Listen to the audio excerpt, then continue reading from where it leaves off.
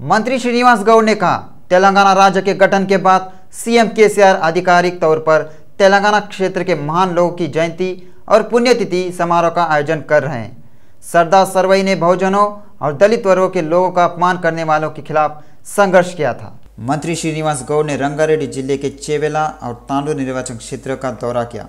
गौड़ा संघम के तत्वाधान में स्थानीय एमएलसी महेंद्र रेड्डी और सांसद रंजीत रेड्डी के साथ चेवेला शहर में बहुजन चक्रवर्ती सरदार सरवई पापन्ना गौड़ की प्रतिमा का अनावरण किया गया। इस कार्यक्रम में गौड़ा समुदाय के प्रतिनिधियों और नेताओं ने भाग लिया और पटाखे चलाकर अपने प्यार और खुशी का इजहार किया। इसके बाद विशाल रैली का आयोजन किया गया। यह प्रशंसा की गई। सरदार सरवई ने उस समय की शाही व्यवस्था में जमींदारों के अत्याचारी शासन के तहत शोषण और क्रूरता के खिलाफ लड़ाई लड़ी। मंत्री श्रीनिवास गौड़ ने बीसी, एससी, एसटी और जातिगत व्यवसायों का अपमान करने वाले अहंकारी लोगों को राजनीतिक रूप से दफनाने का आह्वान किया।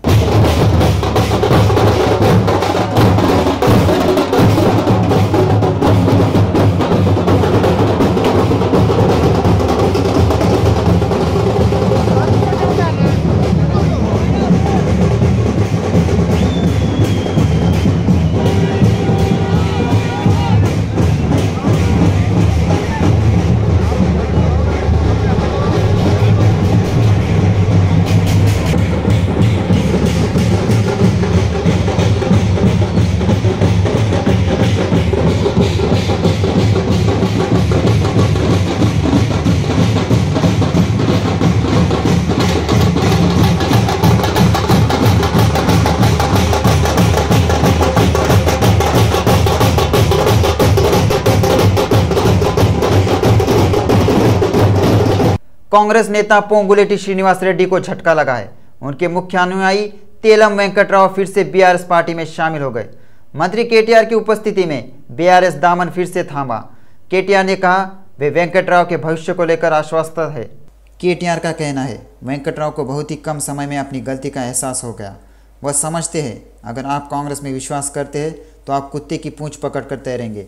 उन्होंने कहा तेलंगाना में परियोजनाओं के पुनरुद्धार के साथ राज्य में खेती का क्षेत्र बढ़ गया और करोड़ों एकड़ में खेती की जा रही है। राज्य ने हर क्षेत्र में विकास किया है। पानी या बिजली की कोई समस्या नहीं है। चाहे कोई कितना भी चिल्ला ले, बीआरएस पार्टी दोबारा जीतेगी।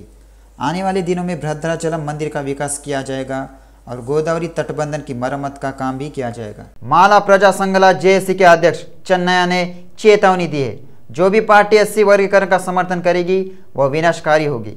मंदा कृष्णा मादिगा इस बात से नाराज है जो वर्गीकरण नहीं हुआ, उसे पकड़कर दलितों के बीच अंतर बढ़ाया जा रहा है। उन्होंने बंजारा हिल्स में माला महानाडु कार्यालय में जेएसी के कार्यकारी अध्यक्ष बुरुगुला वेंकटेश्वरलू और गोपोजू रमेश के साथ एक मीडिया सम्मेलन की व्यवस्था की। उन्होंने कहा अतीत में यूपीए सरकार 10 साल से अधिक समय तक सत्ता में थी और वर्गीकरण नहीं कर सकी। इसी तरह भाजपा भी 10 साल से अधिक समय से सत्ता में है और वर्गीकरण नहीं कर पा रही है।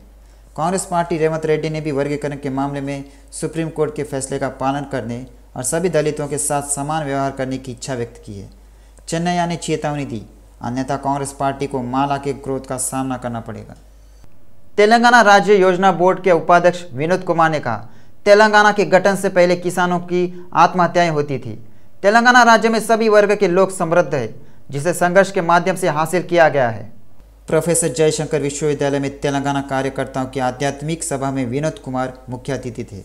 यह कार्यक्रम रंगारेड्डी जिले के राजेंद्र नगर में आयोजित किया गया। उन्होंने कहा सीएम केसीआर के नेतृत्व में अभूतपूर्व गति से विकास हो रहा है।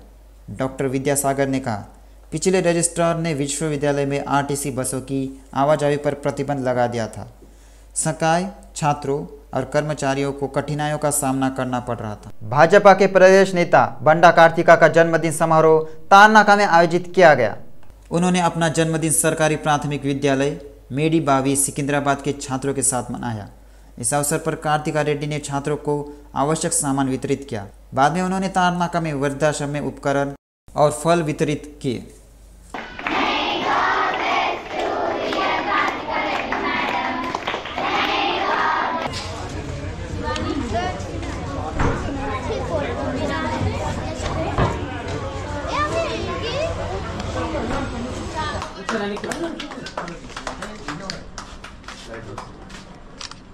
Sabar,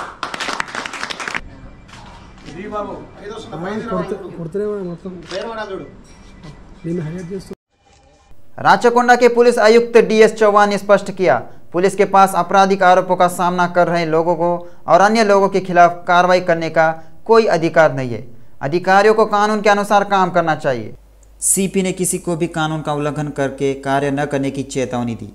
उन्होंने साफ किया, कानून के मुताबिक काम करते हुए पकड़े जाने पर अपराधी को इनाम दिया जाएगा और लोगों के साथ दुर्व्यवहार और मारपीट करने पर तुरंत कार्रवाई की जाएगी।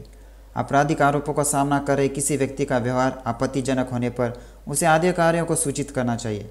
पुलिस को लोगों के साथ कैसा व्यवहार करना चाहिए, इस पर डीएस चौहान ने एक वीडियो जारी किया। जीडी मेटला पुलिस स्टेशन के संजय गांधी नगर इलाके में बालानगर एसपी गंगाराम के निर्देश में घेराबंदी कर तलाशी ली गई। इस घेराबंदी तलाशी में 4 सीआई और 50 पुलिसकर्मी शामिल हुए। कार्डन सर्च में पुलिस ने पुराने अपराधियों की पहचान, बिना नंबर प्लेट के वाहन और परिवार के सदस्यों के आधार कार्ड की जांच की। एसपी गंगाराम ने सुझाव दिया, अगर कॉलोनी में कोई संदिग्ध हालत में घूमता दिखे तो तुरंत पुलिस को सूचना दे। लोगों की भलाई के लिए यह घेराबंदी की जा रही है।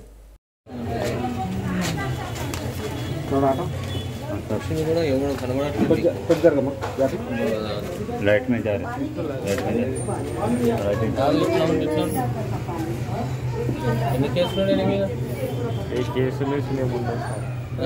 कुकटपल्ली विधानसभा क्षेत्र फतेहनगर मंडल के पार्षद पंडला सतीश गौड़ की पदयात्रा 15वें दिन पहुंच गई है।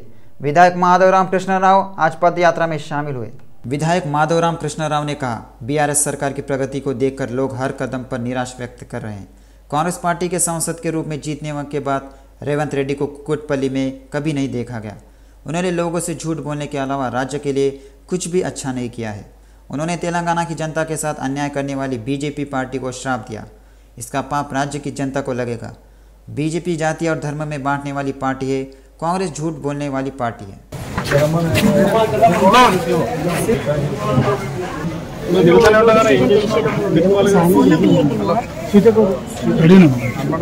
टीआरएस के पूर्व नगर सेवक विट्ठल रेड्डी ने कहा, चैतन्यपुरी के 22वें डिवीजन में सभी विकास उनके कार्यकाल के दौरान हुए।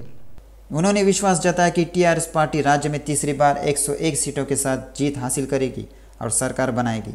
विश्वास है एलबी नगर निर्वाचन क्षेत्र में सुधीर रेड्डी फिर जीतेंगे। हयातनगर थाना क्षेत्र के काला नगर में पुलिस ने नकली गुटखा बनाने के केंद्र पर छापा मारा। स्थानीय लोगों की सूचना के आधार पर गुटखा निर्माण केंद्र पर छापा मारा गया और 4 लोगों को गिरफ्तार किया गया। हयातनगर पुलिस ने नकली गुटखा बनाने वाले गिरोह का भांडाफोड़ किया। 4 लोगों को गिरफ्तार किया गया है जो नकली ब्रांड के साथ गुटखा बनाकर बाजार में बेच रहे थे। इस छापेमारी में उनके पास भारी मात्रा में नकली गुटखा का कच्चा माल मिला। पुलिस ने गुटखा निर्माण केंद्र को जब्त कर जांच कर रही है।